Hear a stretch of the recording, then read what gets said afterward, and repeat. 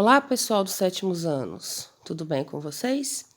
Eu sou a professora Luciana, de História, e estou aqui para a nossa aula número 3 do nosso distanciamento social devido à pandemia do Covid-19.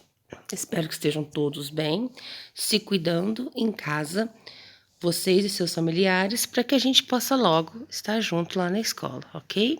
Força que tudo isso vai passar logo, pessoal, se Deus quiser. Bom, vamos lá? Hoje o tema da nossa aula é humanismo, tá? Humanismo e renascentismo. Antes de mais nada, eu quero que vocês olhem bem esta palavra. Aqui, ó. Humanismo. Olhem bem e fiquem pensando aí o que será que ela quer dizer, tá? O que será que ela refere? O que será que esse tema trata? Humanismo. Pensem e conforme eu for falando, né, no desenrolar da aula, vocês vejam se vocês estavam certos, tá bom? O humanismo, pessoal, ele vai propor uma nova visão do ser humano e do mundo, tá? O humanismo ele foi um movimento dentro do renascimento artístico e cultural que ocorreu lá na Idade Moderna, após o fim do feudalismo. Vamos pensar então como que era lá na Baixa Idade Média, como que era lá no feudalismo. O ser humano tinha lugar? O ser humano tinha valor? Os conhecimentos científicos eram valorizados? A ciência existia? Ou era a igreja que comandava? Eram os conhecimentos religiosos que comandava? Tinha espaço para a cultura? Ou as pessoas estavam preocupadas em sobreviver dentro daquele mundo de guerras, de fome e de doença do feudalismo? Hein? Vamos dar uma pensadinha? Ó, no início da Idade Moderna, pessoal, lembra das feiras medievais, né?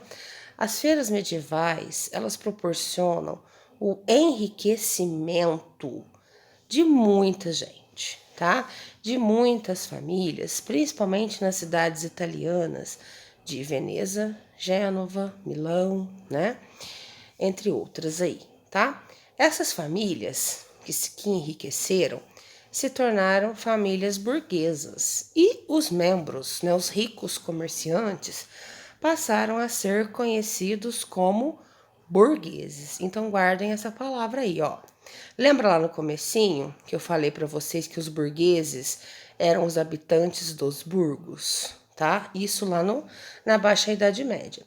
Aqui, no início da Idade Moderna, neste mundo em transição, neste mundo em mudança, que a gente começa a ver agora, os burgueses continuam sendo os habitantes dos burgos, porém, membros de família muito rica que enriqueceram com o comércio, ok?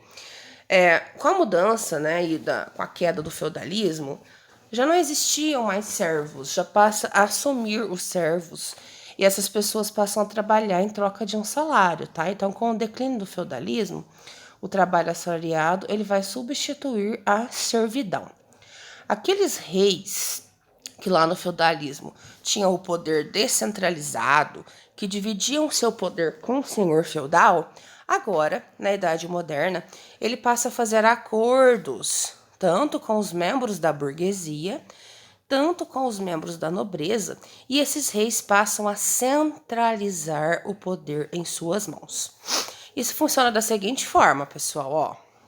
Esse rei, ele pegava o apoio político dos nobres, porque os nobres tinham prestígio, e pegava o dinheiro dos burgueses ricos e concentrava todo o poder nas mãos dele. Ah, professora, mas ele não dava nada em troca para os nobres e para os burgueses? Dava, tá? Ele dava privilégios para os nobres, esses nobres passaram a não pagar impostos, tá? E para a burguesia, ele facilitava que os burgueses praticassem comércio ali nos reinos dele, tá? E também nessa mesma época desse mundo em transição, com as descobertas científicas que nós vamos ver mais para frente, os europeus passam a se aventurar em viagens ultramarinas, para além mar, para além do continente europeu.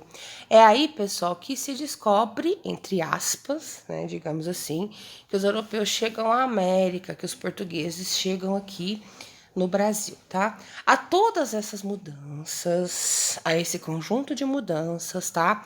Ao surgimento dos burgueses, ao surgimento dessas famílias ricas, ao surgimento do trabalho em troca de um salário, tá? Ao surgimento dos reis com o poder centralizado em suas mãos, as viagens ultramarinas, todas essas mudanças, os pensadores, os filósofos da época chamam todas essas mudanças de renascimento. Algo está renascendo. Por que renascendo? Porque tudo isso existia lá em Roma, lá no Império Romano, basicamente morreu durante o feudalismo e com o fim do feudalismo esses pontos renascem, ok? Vulgarmente falando é isso, tá? Por isso que é renascimento, porque há um resgate dos valores lá da cultura greco-romana. Mas eu vou explicar isso com mais solidez um pouco mais para frente, tá bom? Ó, algumas mudanças que ocorreram nessa época. A área da medicina, tá? Descobriu-se como o sangue corre nas veias, como as bactérias invadem o nosso corpo, descobriu a posição dos órgãos no abdômen, tá? Então, várias descobertas aí na área da medicina. Os protótipos das primeiras vacinas, tá? Então, a ciência, a área da medicina, ela ganhou várias mudanças, várias descobertas aí no início da Idade Moderna, tá? A arte, a pintura, como nós já vimos um pouquinho lá nas nossas aulas presenciais, não sei se vocês vão lembrar. Tentem lembrar aí.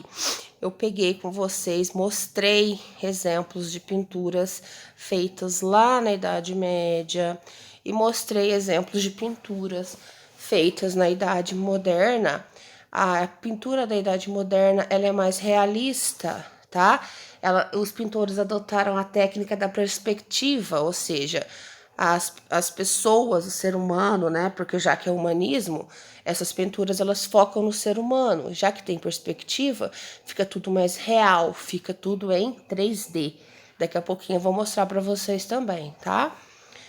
Com essas técnicas, com essas descobertas, novos mapas foram desenhados, novos lugares descobertos, o que possibilitou também as viagens ultramarinas, como eu já falei para vocês, aí a descoberta da América, chegada na Ásia, o contorno do Cabo das Tormentas na África, tá?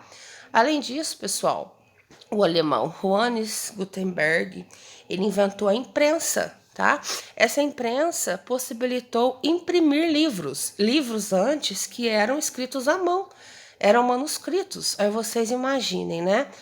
O que vai mais rápido? Uma imprensa imprimindo livros ou os monges lá traduzindo esses livros, escrevendo eles manuscritos?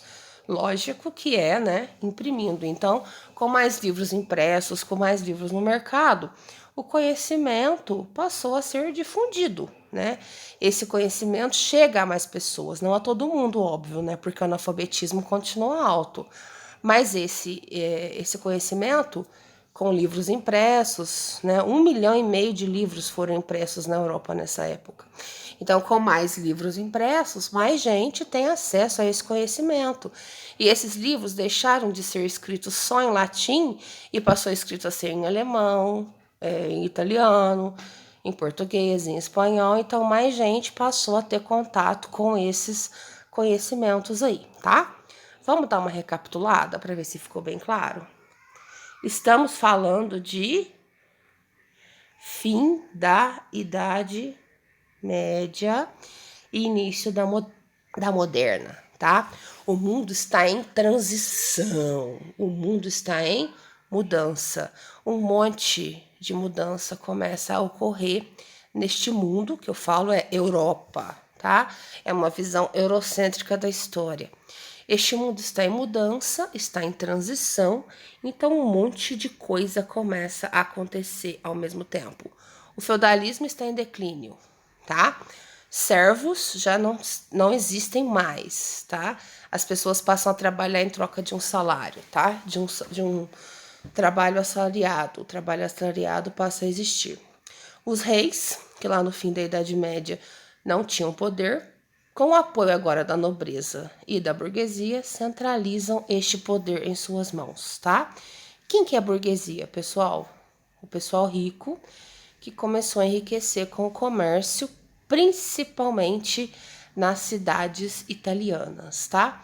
Nessa época também, pessoal, começam a surgir os primeiros países, as primeiras monarquias nacionais, como a gente vai ver um pouquinho mais para frente, mas eu já vou adiantar para vocês, tá? Começam a surgir Portugal, Espanha, Inglaterra e França, como a gente conhece hoje. Ao surgirem essas monarquias por quê? Porque passaram a ser governadas por reis, tá?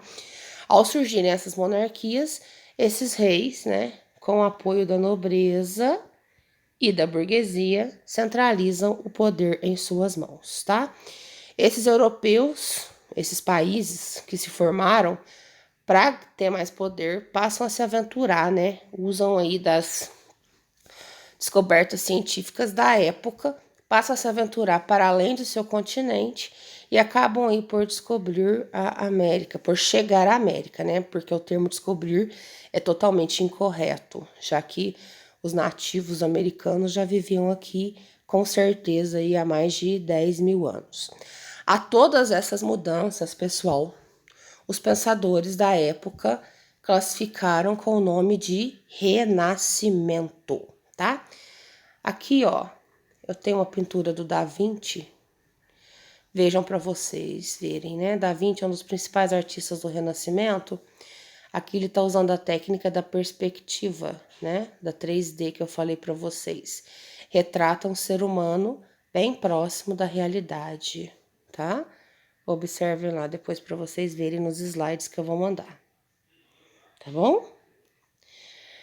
Já falei sobre as mudanças, né? Então vamos continuar aqui. Por que o uso do termo renascimento? Porque é uma busca, pessoal, né? Aí no início da Idade Moderna, os pensadores, os artistas, os reis, eles buscam o modelo da antiguidade clássica, o modo de vida, as artes, os valores que se tinham lá na Idade Antiga, de Grécia e Roma. Lembra que eu falei para vocês no início da nossa aula? Quando tinha Grécia, quando tinha Roma lá na Idade Antiga, as artes eram valorizadas, a medicina também, existia comércio, existia cidades, e durante a Idade Média, durante a predominância do feudalismo, todos esses valores e modelos de vida ficaram decadentes, tá? Então, com o fim do feudalismo, esse resgate, essa busca do modelo de vida da antiguidade clássica, os pensadores deram o nome de Renascimento, porque está renascendo o que tinha em Roma e Grécia. Tá claro? Tá? E o que é humanismo? Vocês já pensaram aí? Lá no comecinho da aula, né? Eu pedi para vocês pegarem a palavra humanismo e pensarem, né, para ver a origem desse termo e do que ele trata. Vamos ver quem acertou? Bom, o humanismo, ele é um movimento liderado por filósofos e pensadores, tá? Que ocorreu lá na Europa, dentro do Renascimento, dentro de todo esse movimento, de todas essas mudanças que eu falei para vocês, tá? O humanismo também foi inspirado na Antiguidade Clássica, lembrando que quando eu falo em Antiguidade Clássica, eu estou falando em Grécia, da Antiguidade, eu estou falando da Roma Antiga, tá? E este humanismo, ele queria valorizar o homem, tá? O ser humano. Quando eu falo homem, eu falo ser humano, tá? O humanismo queria desenvolver uma cultura, tá? Para que o homem atingisse todo o seu potencial, tá? Ou seja, para parar de acreditar em bruxaria, para parar de ser servo lá no feudo, para poder desenvolver toda a sua capacidade através do quê? Do pensamento racional, ou ser humano, ele tem um cérebro que é para usar a razão, tá? Não é para ficar acreditando em coisas não comprovadas pela ciência. É isso que diz o humanismo, tá bom?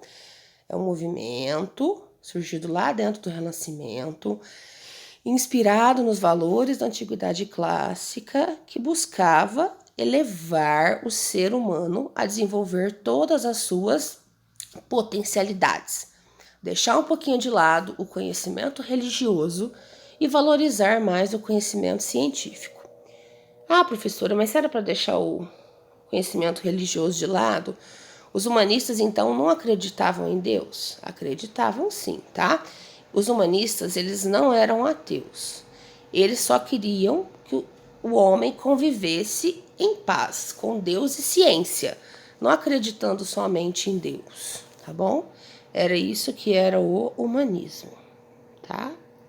Aí, o humanismo é um movimento intelectual que foi motivado pela civilização greco-romana que valorizava o saber crítico, racional e científico e focava principalmente no ser humano. O que é saber crítico?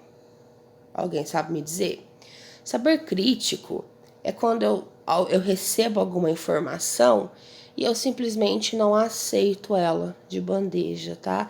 Eu raciocino, eu penso se aquilo me serve, eu penso se aquilo tá certo, se aquilo tá errado.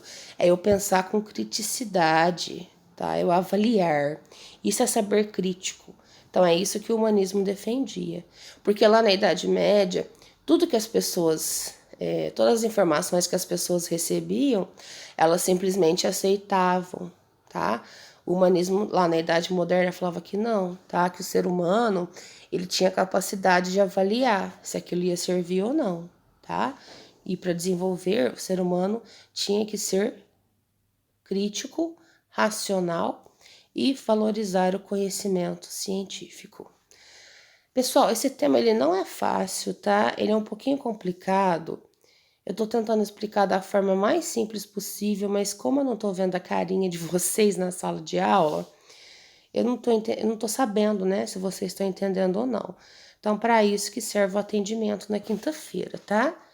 Vocês vão receber esse vídeo na quinta de manhã, vocês vão ver ele com calma, vocês vão ler o texto. Surgindo as dúvidas, é só me chamar, tá bom? Ó, sobre as artes no Renascimento, eu vou falar basicamente aqui, porque eu vou focar mais na próxima aula, na próxima semana, tá? Mas o centro da arte renascentista foi a Península Itálica, principalmente as cidades de Florença e Roma, tá? E ela surgiu devido aos mecenas, tá? Quem eram os mecenas? Eram comerciantes e banqueiros, ou seja, burgueses muito ricos, que acabavam financiando artistas para que esses artistas fizessem a sua arte, fizessem as suas esculturas, fizessem as suas pinturas, tá? O mecenato, como ficou conhecido esse patrocínio, ele foi liderado pela família Médici, uma poderosa família de banqueiros e comerciantes da cidade de Florença, certo? E quem não patrocinasse lá na Itália, quem não fosse um mecena, ficava de fora, tipo assim. Você ser um mecena era status, tá? Você tinha que ser um mecena. Então, por isso que as artes na Península Itálica, elas floresceram mais que nos outros lugares, por causa do mecenato. Porque era meio que obrigatório uma família rica patrocinar ali um pintor, tá? Nisso, pintores como Masaccio, o Sandro Botticelli, eles foram patrocinados pelo Médici e puderam desenvolver aí todo o seu potencial, tá? A escultura, a arquitetura e a pintura, pessoal, também foi baseada, né, no classicismo, ou seja, nas tradições de Grécia e Roma, na Antiguidade Clássica. Nisso surgem nomes como Donatello, Filippo Brunelleschi, Maria del Fiore, tá? Todos lá em Florença. Mas temos aqui os três nomes, né, os principais artistas do Renascimento, que nós vamos ver também mais profundamente na próxima aula, que é o Leonardo da Vinci, o Rafael Sanzio e o Michelangelo Buonarroti. Buonarroti, perdão, tá? Esses três nomes, né, são os principais artistas do Renascimento, os mais famosos, com as obras mais importantes e mais conhecidas. O Da Vinci, ele pintou a Mona Lisa, tá? O Rafael Sanzio também tem obras muito importantes. E o Michelangelo Buonarroti também. Vou mostrar um pouquinho aqui para vocês, tá? Ó, vocês vão assistir a videoaula, ler o livro da página 29 a 33, ou que tá no PDF, que é a mesma coisa, tá? Qual que é a atividade? Vocês vão extrair 10 ideias-chave e escrever no caderno. O que são ideias-chave? 10 ideias principais, tá bom? Fazer os exercícios da página 29, 31 e 33. É para copiar as perguntas, tá? E mandar as fotos das atividades para o seu professor. O sétimo A, o sétimo B e o sétimo C vai mandar para mim. O sétimo D é para o professor José. E o sétimo E para o professor Lucas. Eu vou entrar no Google agora, pessoal, para mostrar para vocês as obras do Michelangelo, do Rafael e do Da Vinci, tá? Vou entrar no Google, vou continuar gravando aqui, tá bom? Ó. A Mona Lisa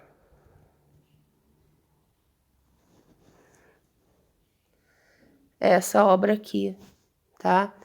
Ela é a principal pintura, a mais famosa obra, acredito, na verdade, do planeta Terra, tá? Ela foi pintada pelo Da Vinci e ela tá lá no Museu do Louvre, em Paris, certo?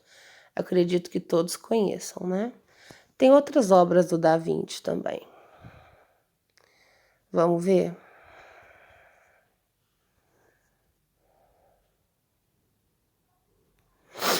Esse é o Da Vinci, né? Como eu já coloquei para vocês. Essa aqui é uma obra dele, ó.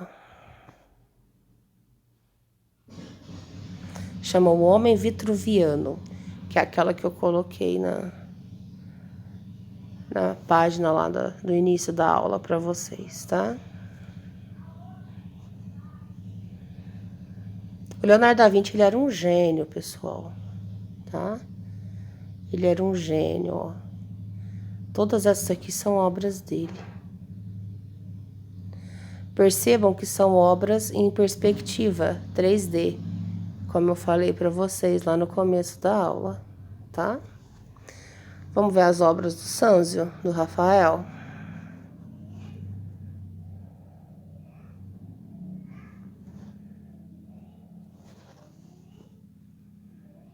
Ó.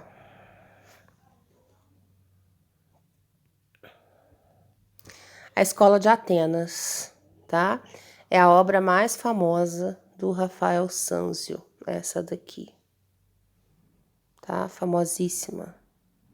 Atenas vem de Grécia, né? Grécia Antiga. Percebam o resgate aí, né? Da cultura clássica greco-romana. E o Michelangelo.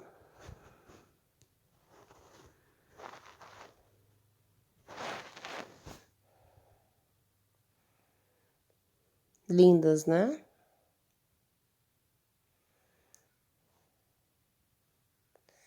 A Criação de Adão, de Michelangelo. Obras mais famosas dele.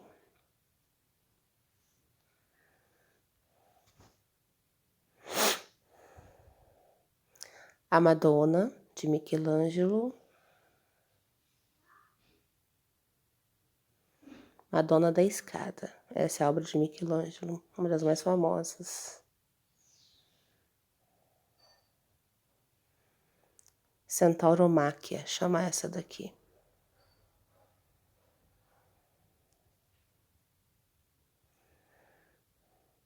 Pietà, que é piedade em português, tá? Ele está lá na Basílica de São Pedro, no Vaticano. Percebam, pessoal, que são todas obras, essa Davi. Percebam que são todas obras, sejam pinturas, sejam esculturas. Percebam a perspectiva de 3D, tá? Percebam que valoriza o corpo do ser humano, Os afrescos da Capela Sistina. Afrescos, pessoal, são técnicas que você coloca o gesso e pinta por cima, tá? Capela Sistina no Vaticano, conhecem? O teto da Capela Sistina, que lindo. Imagina o trabalho que não deu para fazer isso em 1510.